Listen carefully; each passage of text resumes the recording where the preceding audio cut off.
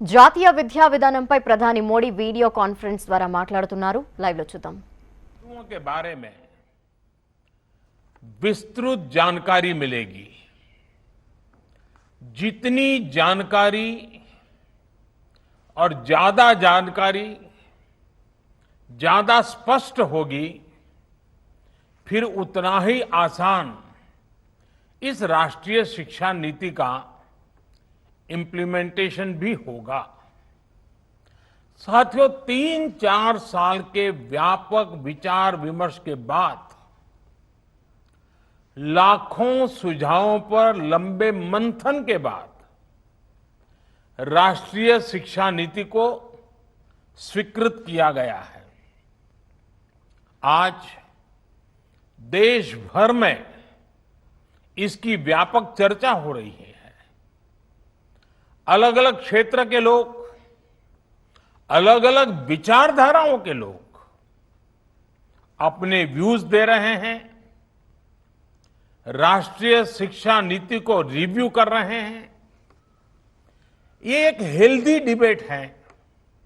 ये जितनी ज्यादा होगी उतना ही लाभ देश की शिक्षा व्यवस्था को मिलेगा.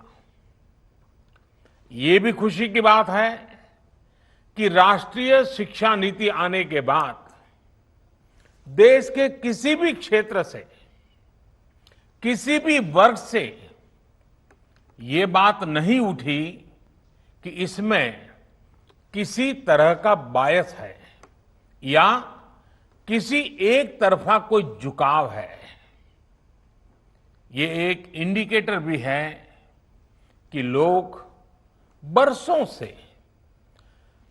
से चली आ रही एजुकेशन सिस्टम में जो बदलाव चाहते थे वो उन्हें देखने को मिले हैं. वैसे कुछ लोगों के मन में ये सवाल आना बहुत स्वाभाविक है कि इतना बड़ा रिफॉर्म कागज पर तो कर दिया, लेकिन इसे जमीन पर कैसे उतारा जाएगा. यानी अब सबकी निगाहें इसके इंप्लीमेंटेशन की तरफ है. इस चैलेंज को देखते हुए व्यवस्थाओं को बनाने में जहां कहीं कुछ सुधार की आवश्यकता है, वो हमें सबको मिलकर के करना है और करना ही है. आप सभी राष्ट्रीय शिक्षा नीति के इंप्लीमेंटेशन में और उस काम में सीधे तौर पर जुड़े हैं और इसलिए आप सबकी भूमिका बहुत ज्यादा है, बहुत अहम है. जहां तक पॉलिटिकल विल की बात है, मैं पूरी तरह कमिटेड हूं. मैं पूरी तरह आपके साथ हूं. साथियों, हर देश अपनी शिक्षा व्यवस्था को अपनी नेशनल वैल्यूज के साथ जोड़ते हुए अपने नेशनल गोल्स के अनुसार रिफॉर्म्स करते हुए आगे बढ़ता है. मकसद ये होता है कि देश का एजुकेशन सिस्टम अपनी वर्तमान और आने वाली पीढ़ियों को फ्यूचर रेडी रखे, फ्यूचर रेडी करें. भारत की नेशनल एजुकेशन पॉलिसी, राष्ट्रीय शिक्षा नीति का आधार भी यही सोच है.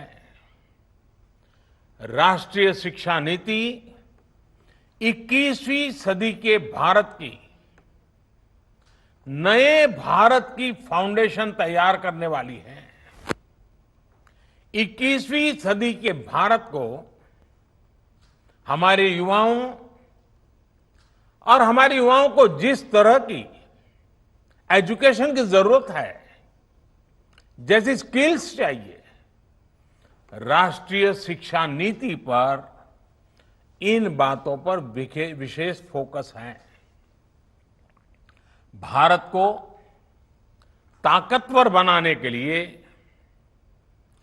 विकास की नई ऊंचाई पर पहुंचाने के लिए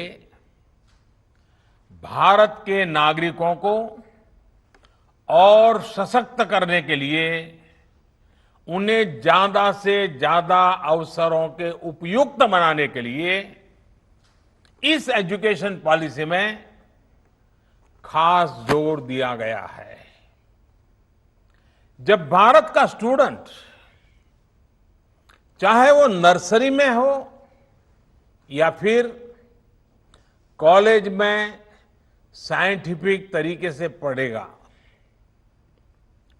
तेजी से बदलते हुए समय और तेजी से बदलती जरूरतों के हिसाब से पढ़ेगा, तो वो नेशन बिल्डिंग में कंस्ट्रक्टिव भूमिका निभा पाएगा। साथियों, बीते अनेक वर्षों से हमारे एजुकेशन सिस्टम में बड़े बदलाव नहीं हुए थे। परिणाम ये हुआ कि हमारे समाज में क्यूरोसिटी और इमेजिनेशन की वैल्यूज को प्रमोट करने के बजाय भेड़ चाल को ही प्रोत्साहन मिलने लगा था। कभी डॉक्टर बनने के लिए होड़ लगी, कभी इंजीनियर बनाने की होड़ लगी, कभी वकील बनाने की होड़ लगी। इंटरेस्ट, एबिलिटी और डिमांड की मैपिंग किए बिना होड़ लगाने की प्रवृत्ति से एजुकेशन को बाहर निकालना जरूरी था। हमारे स्टूडेंट्स में, हमारे युवाओं में क्रिटिकल थिंकिंग और इनोवेटिव थिंकिंग विकसित कैसे हो सकती है, जब तक हमारी शिक्षा में पैशन ना हो, फिलॉसॉफी ऑफ एजुकेशन ना हो, पर्पज ऑफ एजुकेशन ना हो। साथियों, आज गुरुवर रविंद्रनाथ ठाकुर की पुण्यतिथि भी है। वो कहते थे, उच्चतम शिक्षा वो है जो हमें सिर्फ जानकारी नहीं देती, बल्कि हमारे जीवन को समस्त अस्तित्व के साथ सद्भाव में लाती है। निश्चित तौर पर राष्ट्रीय शिक्षा नीति का बृहद लक्ष्य इसी से जुड़ा है। इसके लिए टुकड़ों में सोचने के बजाय एक होलिस्टिक अप्रोच की जरूरत थी, जिसको सामने रखने में राष्ट्रीय शिक्षा नीति सफल रही है। साथियों, आज जब राष्ट्रीय शिक्षा नीति मूर्त रूप ले चुकी है, तो मैं उस समय और सवालों की भी चर्चा आपसे करना चाहता हूं, जो हमारे सामने शुरुआती दिनों में आए थे। उस समय जो दो सबसे बड़े सवाल थे, वो यही थे कि क्या हमारी शिक्षा व्यवस्था हमारे युवाओं को क्रिएटिव, क्यूरियोसिटी और कमिटमेंट ड्रिवन लाइफ के लिए मोटिवेट करती है। आप लोग इस क्षेत्र में इतने वर्षों से हैं, आपने अपना जीवन शिक्षा के लिए खपा दिया है, समर्पित किया है। आप लोग इसका जवाब बेहतर जानते हैं। साथियों, हमारे सामने दूसरा सवाल था कि क्या हमारी शिक्षा व्यवस्था हमारे युवाओं को एम्पावर करती है, देश में एक एम्पावर्ड सोसाइटी के निर्माण में मदद करती है। आप सब इन सवालों से भी परिचित हैं और जवाबों से भी भली भांति परिचित हैं। साथियों, आज मुझे संतोष है कि भारत की नेशनल एजुकेशन पॉलिसी, राष्ट्रीय शिक्षा नीति को बनाते समय इन सवालों पर गंभीरता से काम किया गया। साथियों, बदलते समय के साथ एक नई विश्व व्यवस्था, एक नए रंग रूप और व्यवस्थाओं में बदलाव, एक नई विश्व व्यवस्था खड़ी हो रही है। एक नया ग्लोबल स्टैंडर्ड भी तय हो रहा है। इसके हिसाब से भारत का एजुकेशन सिस्टम खुद में बदलाव करे, ये भी किया जाना बहुत जरूरी था। स्कूल करिकुलम के 10+2 स्ट्रक्चर से आगे बढ़कर अब 5+3+3+4 करिकुलम का स्ट्रक्चर देना इसी दिशा में एक कदम है। हमें अपने स्टूडेंट्स को ग्लोबल सिटीजन भी बनाना है और इसका भी ध्यान रखना है कि वे ग्लोबल सिटीजन तो बने, लेकिन साथ साथ अपनी जड़ों से भी जुड़े रहें। जड़ से लेकर के जग तक,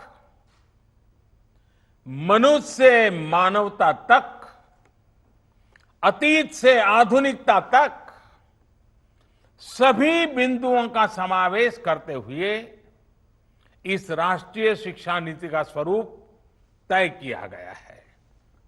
साथियों, इस बात में कोई विवाद नहीं है कि बच्चों के घर की बोली और स्कूल में पढ़ाई की भाषा एक ही होने से बच्चों के सीखने की गति बेहतर होती है। ये एक बहुत बड़ी वजह है जिसकी वजह से जहां तक संभव हो 5th क्लास तक बच्चों को उनकी मातृभाषा में ही पढ़ाने पर सहमति दी गई है। इससे बच्चों को और बच्चों की नींव तो मजबूत होगी ही, उनके आगे की पढ़ाई के लिए भी उनका बेस और मजबूत होगा। साथियों, अभी तक जो हमारी शिक्षा व्यवस्था है उसमें व्हाट टू थिंक, मैं बहुत जिम्मेवारी से बोल रहा हूं, व्हाट टू थिंक पर फोकस रहा है, जबकि इस शिक्षा नीति में हाउ टू थिंक उस पर बल दिया जा रहा है। ये मैं इसलिए कह रहा हूं कि आज जिस दौर में हम, और ये दौर ऐसा है जहां इंफॉर्मेशन और कंटेंट की कोई कमी नहीं है, एक प्रकार से बाढ़ आई हुई है। हर प्रकार की जानकारी आपके मोबाइल फोन पर अवेलेबल है। जरूरी ये है कि कौन सी जानकारी हासिल करनी है, क्या पढ़ना है। इस बात को ध्यान में रखकर ही राष्ट्रीय शिक्षा नीति में प्रयास किया गया है कि जो पढ़ाई के लिए लंबा चौड़ा सिलेबस होता है, ढेर सारी किताबें होती हैं, उसकी अनिवार्यता को कम किया जाए। अब कोशिश ये है कि बच्चों को सीखने के लिए inquiry based, discovery based, discussion based और एनालिसिस बेस्ड तरीकों पर जोर दिया जाए। इससे बच्चों में सीखने की ललक बढ़ेगी और उनके क्लास में उनका पार्टिसिपेशन भी बढ़ेगा। साथियों, हर विद्यार्थी को, स्टूडेंट को ये अवसर मिलना ही चाहिए कि वो अपने पैशन को फॉलो करे। वो अपनी सुविधा और जरूरत के हिसाब से किसी डिग्री या कोई कोर्स को फॉलो कर सके और अगर उसका मन करे तो वो छोड़ भी सके। अक्सर ऐसा होता है कि कोई कोर्स करने के बाद स्टूडेंट जब जॉब के लिए जाता है तो उसे पता चलता है कि जो उसने पढ़ा है वो जॉब की रिक्वायरमेंट को पूरा नहीं करता। कई स्टूडेंट को अलग अलग वजहों के से बीच में ही कोर्स छोड़कर जॉब करनी पड़ती है। ऐसे सभी स्टूडेंट्स की जरूरतों का ख्याल रखते हुए मल्टीपल एंट्री एग्जिट का ऑप्शन दिया गया है। अब स्टूडेंट वापस अपने कोर्स से जुड़कर अपनी जॉब रिक्वायरमेंट के हिसाब से ज्यादा इफेक्टिव तरीके से पढ़ाई कर सकता है, लर्न कर सकता है। इसका एक और एस्पेक्ट है, जब स्टूडेंट्स को यह भी स्वतंत्रता होगी कि अगर वो कोई कोर्स बीच में छोड़कर दूसरे कोर्स में प्रवेश लेना चाहे तो वो कर सकते हैं। इसके लिए वो पहले कोर्स से एक निश्चित समय तक ब्रेक ले सकते हैं और दूसरा कोर्स ज्वाइन कर सकते हैं। हायर एजुकेशन को स्ट्रीम से मुक्त करने, मल्टीपल एंट्री और एग्जिट क्रेडिट बैंक के पीछे यही एक बहुत लंबे दूर की सोच के साथ हम आगे आए हैं। हम उस एरा की तरफ बढ़ रहे हैं जहां कोई व्यक्ति जीवन भर किसी एक प्रोफेशन में ही नहीं टिका रहेगा। बदलाव निश्चित है, मान के चलिए, और इसके लिए उसे निरंतर खुद को रीस्किल और अपस्किल करते रहना ही होगा। नेशनल एजुकेशन पॉलिसी, राष्ट्रीय शिक्षा नीति में इसका भी बारीकी से ध्यान रखा गया है। साथियों, किसी भी देश के विकास में एक बड़ी भूमिका रहती है समाज के हर तबके की गरिमा, उसकी डिग्निटी। समाज का कोई व्यक्ति कोई भी काम करता हो, कोई निम्न नहीं होता है। हमें ये सोचना चाहिए कि भारत जैसे सांस्कृतिक से समृद्ध रहे देश में ये बुराई कहां से आई? ऊंच नीच का भाव, मेहनत मजदूरी करने वालों के प्रति हीन भाव, इस प्रकार की विकृति हमारे अंदर कैसे घर कर गई? इसकी एक बड़ी वजह रही है कि हमारी एजुकेशन का समाज के इस तबके के साथ एक डिस्कनेक्ट रहा। जब गांवों में जाएंगे, किसान को, श्रमिकों को, मजदूरों को काम करते देखेंगे, तभी तो उनके बारे में जान पाएंगे, उन्हें समझ पाएंगे वो कितना बड़ा योगदान कर रहे हैं। समाज की आवश्यकताओं की पूर्ति के लिए वो कैसे अपना जीवन खपा रहे हैं। उनके श्रम का सम्मान करना हमारी पीढ़ी को, वर्तमान को, भावी पीढ़ी को सीखना ही होगा। इसलिए राष्ट्रीय शिक्षा नीति में स्टूडेंट एजुकेशन और डिग्निटी ऑफ लेबर, उस पर भी बहुत ध्यान दिया गया है। साथियों, 21वीं सदी के भारत से पूरी दुनिया को बहुत अपेक्षाएं हैं। भारत का सामर्थ्य है कि वो टैलेंट और टेक्नोलॉजी का समाधान पूरी दुनिया को दे सकता है।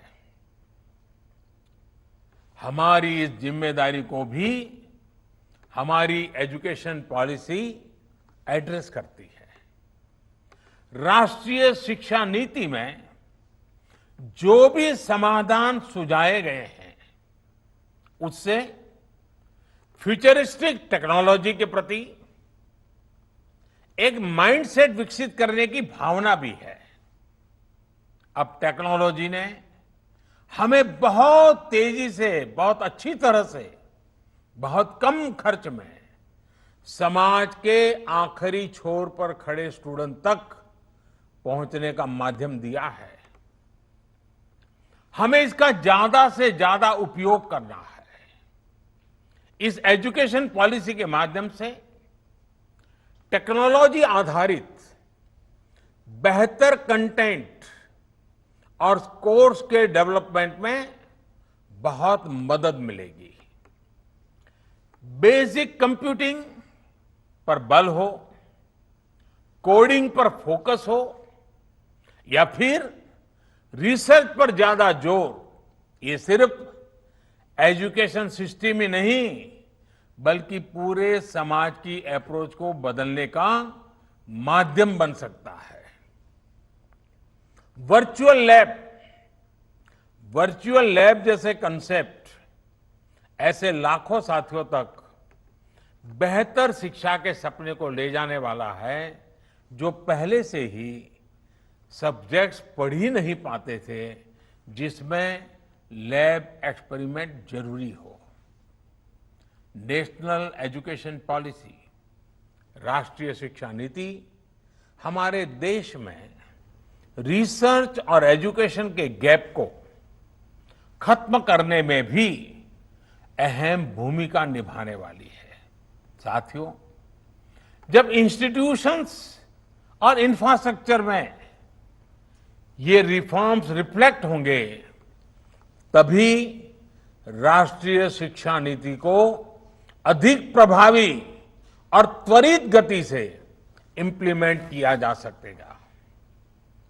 आज समय की मांग है कि इनोवेशन और एडॉप्शन की जो वैल्यूज हम समाज में निर्मित करना चाहते हैं वो खुद हमारे देश के इंस्टीट्यूशन से शुरू होनी चाहिए और जिसका नेतृत्व आप सबके पास है। जब हम एजुकेशन और विशेष हायर एजुकेशन को एम्पावर्ड सोसाइटी के निर्माता के रूप में खड़ा करना चाहते हैं तो इसके लिए हायर एजुकेशन इंस्टीट्यूशंस को भी एम्पावर करना जरूरी है। और मैं जानता हूं जैसे ही इंस्टीट्यूशंस को एम्पावर करने की बात आती है तो उसके साथ ही एक और शब्द चला आता है और वो शब्द आप बड़ी बात ही जानते हैं। वो शब्द क्या है? ऑटोनॉमी। ऑटोनॉमी।